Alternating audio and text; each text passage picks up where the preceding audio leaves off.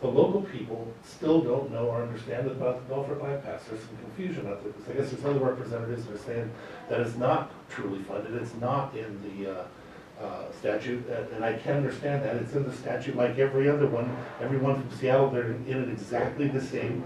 No, it's on the, if I can, I'll help you. It's on the project list. It was approved. Yeah. It starts at the Victor cutoff, and the other terminus is the Lake Flora Road. And And what years for funding? it is scheduled for 2019. And I think that's what people's concerns are, is that if the money runs out prior to 2019, it won't get done. Most of the projects don't even start till, what is it, 2025? This is one of the earlier projects. Yeah, this is one of the early ones. And most of the environmental work is finished. And Transportation Secretary Lynn Peterson has told me she'd like to make this a demonstration project. It would be a design-build project. So it would not be your standard go out and designed by the DOT and then turned over to a series of bidders. So she's very eager to see it happen. Senator Sheldon, can you talk a little bit about what are the benefits of a design build? Well, cheaper, faster, probably more coordinated activity, and I think it'll be very successful. I don't want to interrupt you, but just let me finish one other thing. Every bypass has been controversial. Okay, how do you say North Bend? How do you say Squim? How do you say Yelm? How do you say, and now Belfair?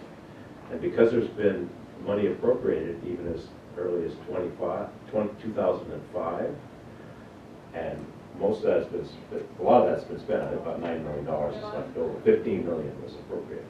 So a lot of the design work has been done and the environmental work, but there just was not enough money to do the construction. It's as close to a shovel-ready project as this region has. When we're looking at the different projects, especially up in Kitsap, ours was close to being what they consider, if there's such a thing, because I don't know this.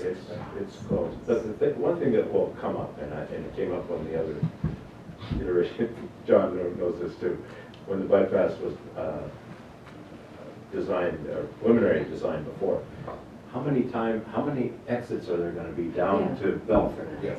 Will it connect to Romance Hill Road? Will it connect? No. It's a bypass. A bypass is a bypass.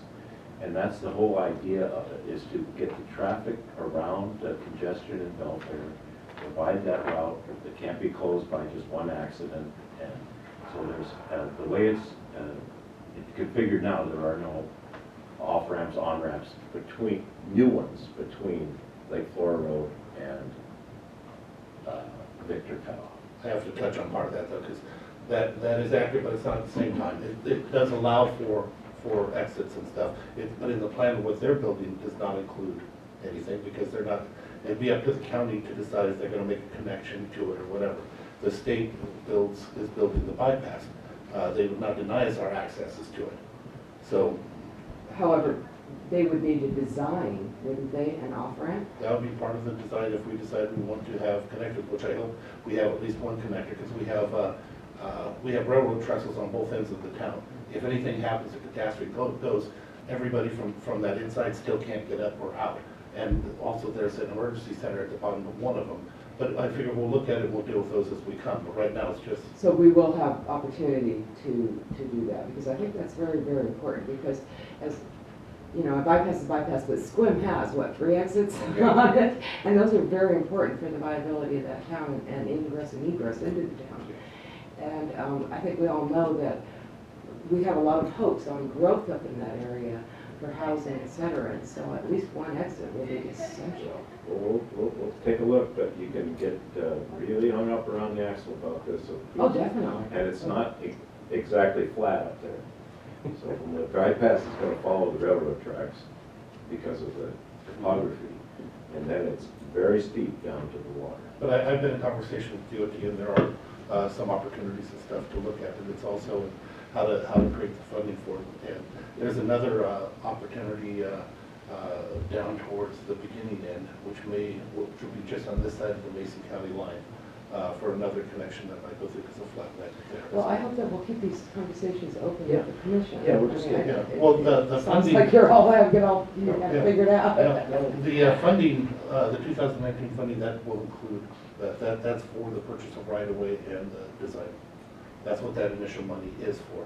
But it'll also be, I mean, for instance, on the SEDS list, we'll need to have some discussion about adding connector roads Yes. into that, Yes. so. Yeah, just get started. But the main thing is, it is happening, and the people out there are confused because some of the things that they're being told, it is on the list, it is on, the list as good as you can get it on the list. And it's fully funded, because there's also some savings that occurred because of the reforms that were put in for the environmental aspects of it that aren't exactly necessary, bringing it back to Washington state standards.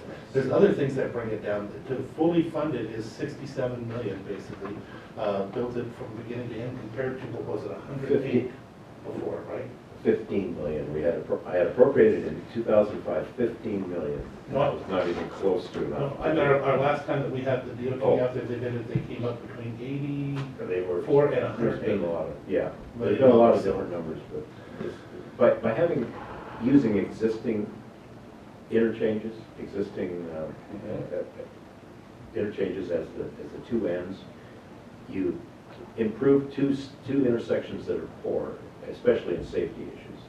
There's been a lot of accidents, Lake Flora Road and Victor Cutoff, a lot of big, serious accidents. You improve those intersections and get the bypass. Otherwise, you'd have to build two new intersections, and you still have Victor and Lake Flora as safety hazards. Well, it doesn't take away from what's already paid, already in the budget to be built, but there is still gonna be an issue when it comes to the access and exit on 302, because the new school was built right on the old design. The brand new North Mason High School was built right where it was going through, so there'll have to be some adjustments. There's some criticism about lack of coordination Yeah. as well. Well, but at the same time, you can't blame them, because they've been being told in hopes that it'll be built for over 50 years. It's finally happening now. They didn't believe that a lot of people didn't believe it, but there it is, and they still don't.